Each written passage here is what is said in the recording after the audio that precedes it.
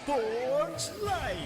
Dako po tayo sa ating spotlight sa sports. Muling pinatunayan ng magkapatid na Yulo ang kanilang dominasyon sa mundo ng gymnastics matapos gumawa ng kasaysayan ng double Olympic champion na si Carlos Yulo at ang kanyang nakababatang kapatid na si Eldrew Yulo sa 13th Men's Artistic Gymnastics Senior ASEAN o Asian Championships na ginanap nitong Sabado.